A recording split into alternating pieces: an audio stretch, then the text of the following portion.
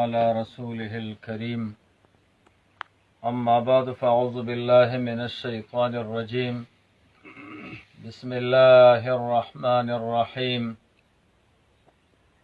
ألف لام ميم ذلك الكتاب لا ريب فيه هدى للمتقين صدق الله مولانا العظيم وصدق رسوله النبي الكريم الأمين اللهم صل على سيدنا ومولانا محمد وعلى آل سيدنا ومولانا محمد وبارك وسلم وصل عليه. محترم عزتمند مسلمانانو،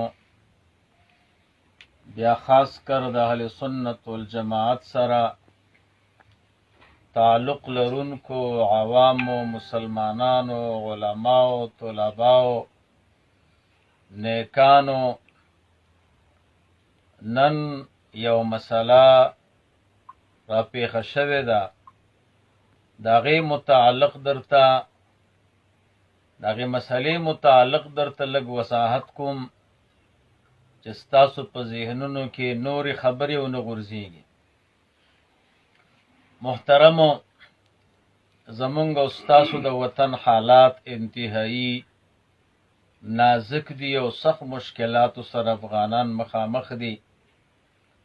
دې دور کې د مناظرو، د مباحثو خبرې په خلکو باندې خوږې نه لګېږي.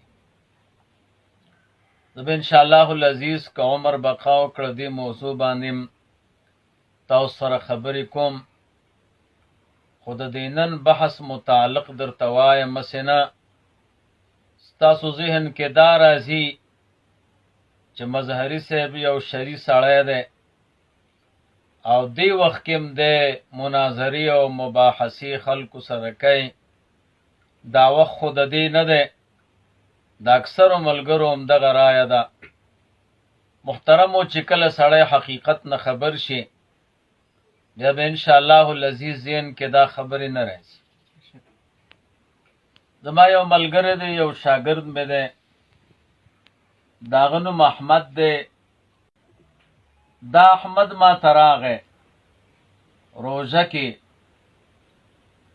او 3-4 خپلوان ورسره و.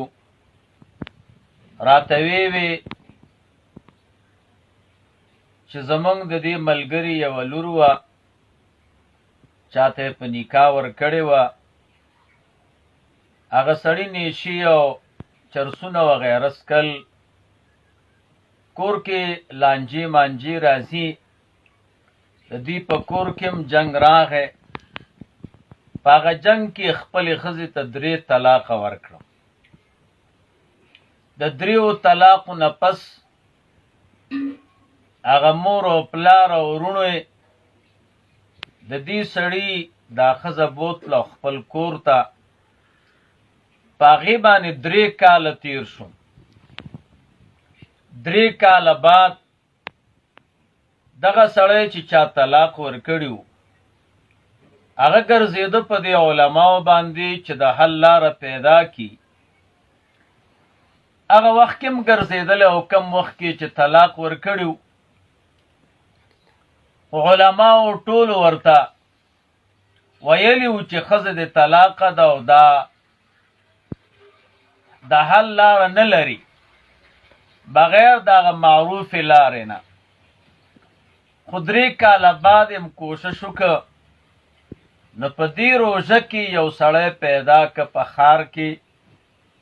هغه ورته ووي چې چا ښځې ته 3 طلاقه ورکړو په یو مجلس کې، دا یو طلاق دی او کاغذونه هم ورکړي وو، په هغې کې ورسره دلایل وو، د موبایل نمبر هم ورکړی وو، دلایل هم ورکړي او د موبایل نمبر هم ورکړی. منګ د هغه موبایل نمبر ورته میلاو که منګ ورته وی چې نه دا خبرې غلطه کړې ده. د ټول امت په دې اتفاق دی چې چا ښځې ته 3 طلاقه ورکړه په یو مجلس کې، دا 3 دي، یو نه دی.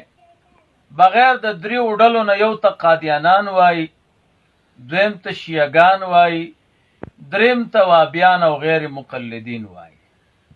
نور په د هیچا مسلک نه په صحابو کې او نه په تابعینو کې او نه په ائمو کې د چا مسلک.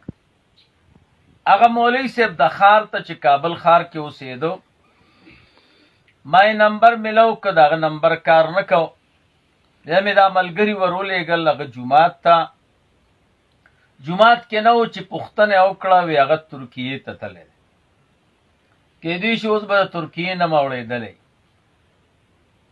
هغوی بیا ما ته راغله چې هغه سړی خو نشته. ما ورته وی چې د الله نه وډار شئ، او دا خو زنا ده، حرام